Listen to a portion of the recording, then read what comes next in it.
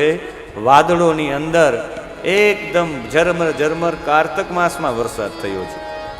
મયુરે કારતક માસમાં ગર્જના કરી છે. પ્રભુ પધારે છે. ગાંધર્વોએ ગાન કર્યું છે આકાશ માર્ગની અંદર. અપ્સરાઓએ નૃત્ય કર્યું છે. દેવતાઓએ પુષ્પની વૃષ્ટિ પધરાવી છે કે ભગવાન પોતે પધારે છે. અને ભગવાન કપિલ નારાયણનો પ્રાદુર્ભાવ મધ્યાહન સમયે થયો છે. દેવતાઓ આવી ગયા છે પુષ્પની વૃષ્ટિ લઈને. બધા કપિલ નારાયણની સ્તુતિ કરવા માંડ્યા છે.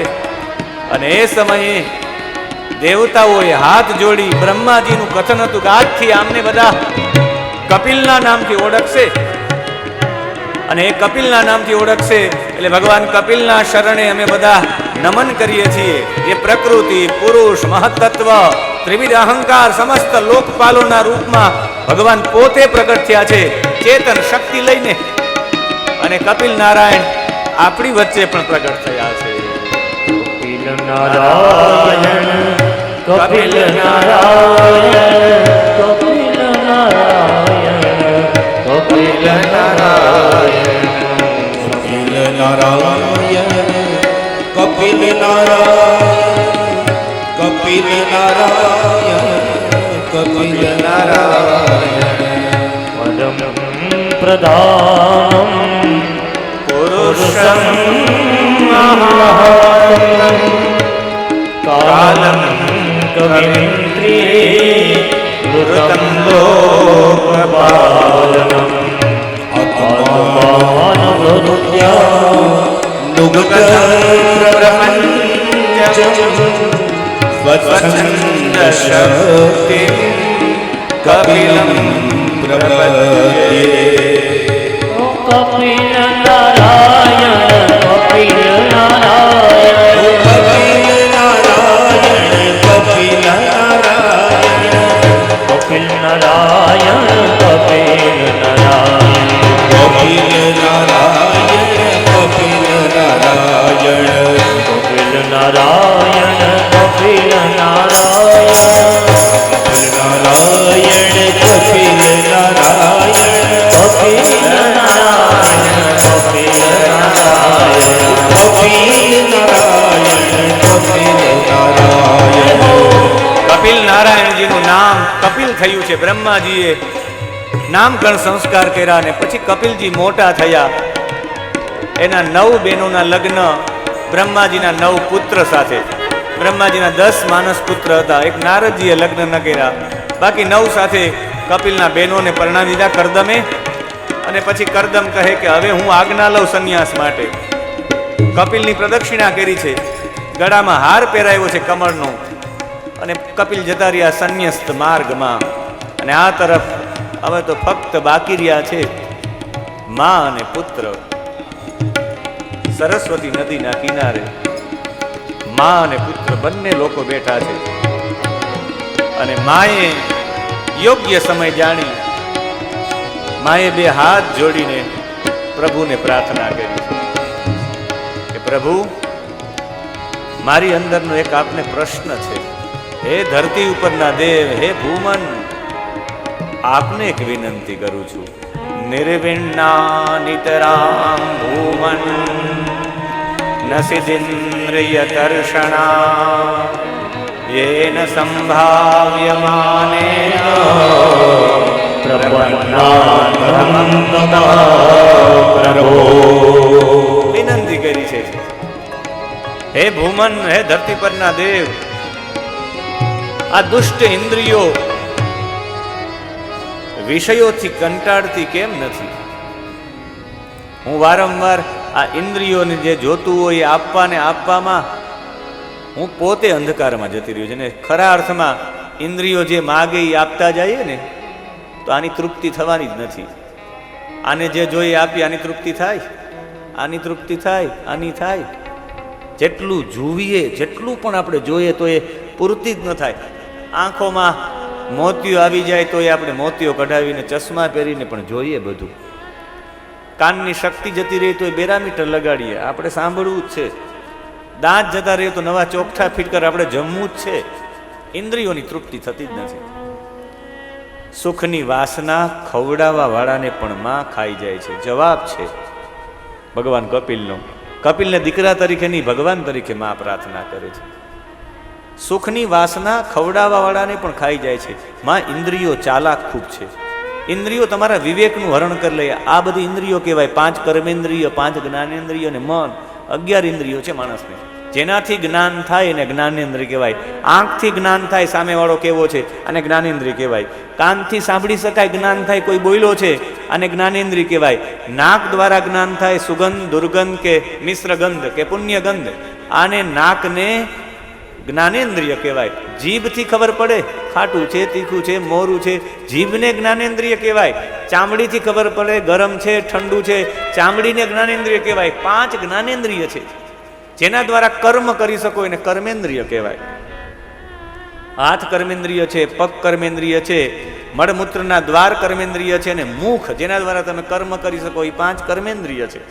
અને એક મન, 11 ઇન્દ્રિયો છે. ઈચ્છાનું મૂળ, ઈચ્છા દુઃખનું મૂળ કારણ છે. આપણે દુઃખી થાય ઈચ્છા બહુ લાંબી કરીએ એટલે. બહુ ઈચ્છા જ ન કરી તો દુઃખી ન થવાય. માં તમે વાસના છે ને મન બગાડે છે. લૌકિક વાસના મન બગાડે. માં અલૌકિક વાસના રાખો જીવનમાં. અલૌકિક વાસના મનને સુધારે છે. અને અલૌકિક વાસના એટલે માં સત્સંગથી મન સુધરે છે. માએ કહ્યું સત્સંગ ક્યાં મળે? કહ્યું કે માં સત્સંગ મેળવવો હોય તો 4 વાગે મેર સમાજમાં જવું પડે. 4 વાગે, 4 થી 6 માં મેર સમાજમાં કથા ચાલે છે છક પરિવારની. એમાં 4 થી 6 જાવ તો ત્યાં સત્સંગ મળે. કોઈ સાધુ પુરુષ પાસે સત્સંગ મળે. અને સંત હૃદય નવનીત સમાના, સંતોના હૃદય તો નવનીત જેવા હોય છે. અને સંતો પાસે જાવ તો સત્સંગ મળે. સંતો એટલે કઈ એના વસ્ત્ર માટે ઓળખ નથી સંતોની. એ તો નામદેવ પણ હોય સફેદ કપડામાં, એ તો તુકારામ પણ હોય. જે તુકારામે આખી જિંદગી કાંસિયા વગાડ્યા. તુકારામને લેવા માટે પ્લેન આવ્યું સ્પેશિયલ. બધા ગામના લોકોએ તુકારામને કીધું, તુકારામ હવે તો અમારી ઉપર કંઈક કૃપા કર, તમારી કંઈક યાદી તો છોડતા જાઓ. અને ત્યારે તુકારામે બધા લોકોને યાદ રાખવા માટે ઉપરથી એને કાંસિયા પધાર્યા.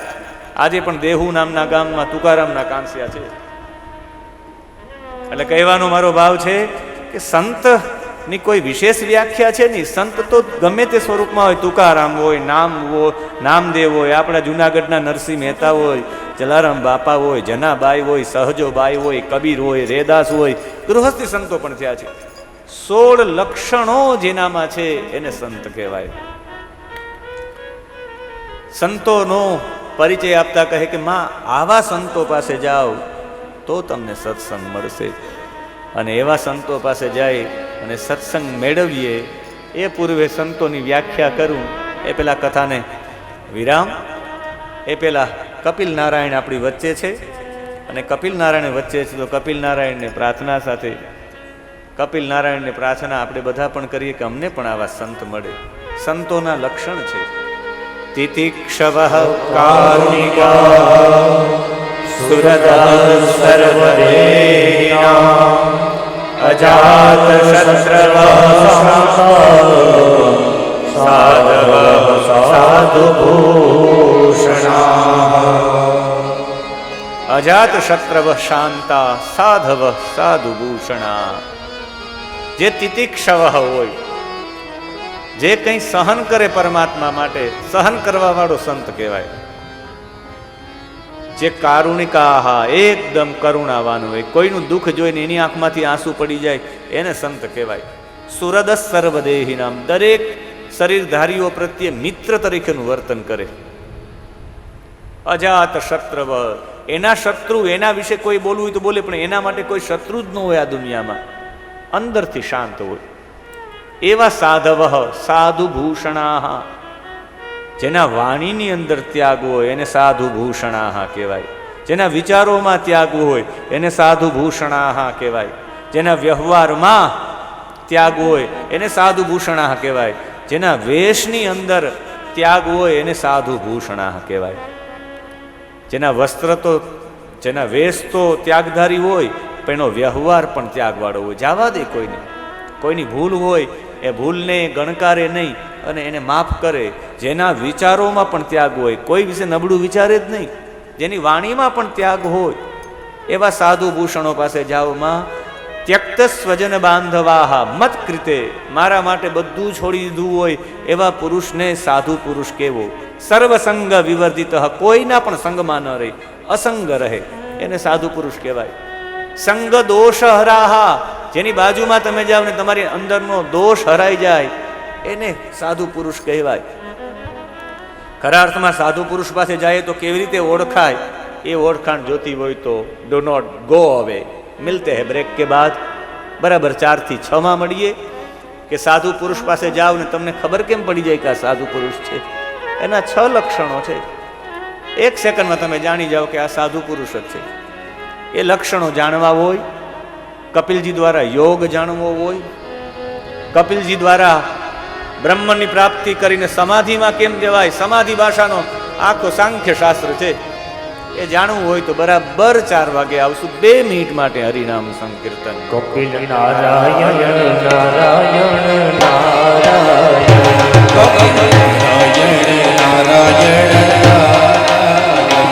કપિલ નારાયણ નારાયણ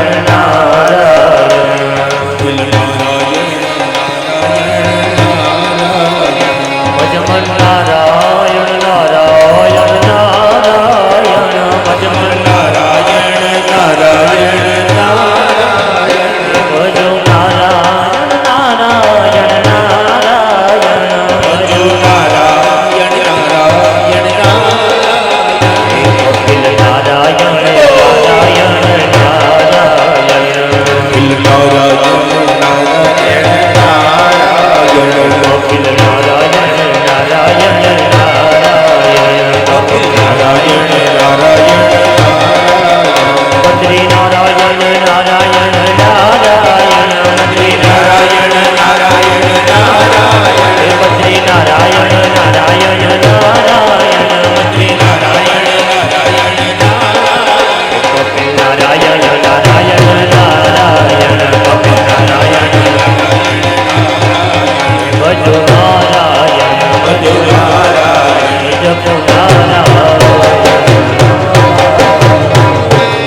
શ્રી કપિલ નારાયણ ભગવાન